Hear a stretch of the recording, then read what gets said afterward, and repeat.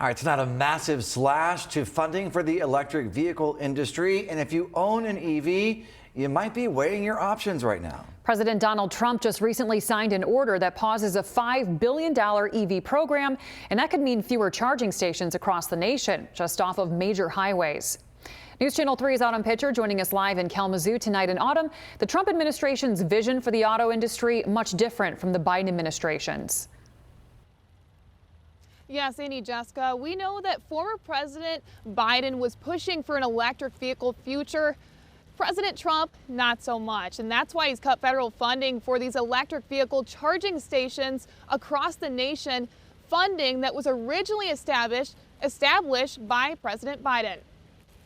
President Trump is pumping the brakes on an electric vehicle future. His administration halting federal funding for a $5 billion program under former President Biden to build fast EV chargers on highways nationwide. With Elon Musk on his team, I think they will come up with a plausible solution so that everyone can enjoy the electric vehicle purchase. Erwin Kendrick supports the president's decision.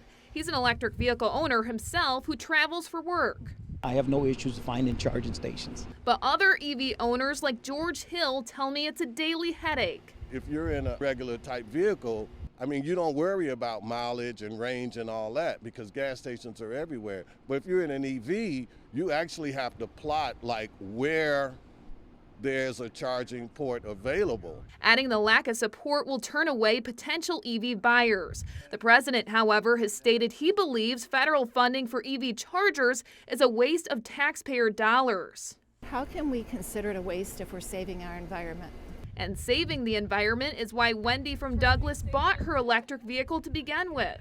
I've been saving on an average to 4 to 5 trees a month just by driving my EV. Following federal funding being slashed, Michigan Budget Director Jen Flood said in a statement to News Channel 3, quote, "We are currently working across state government to examine how this recent action will impact vital programs like food assistance, Medicaid, and Head Start."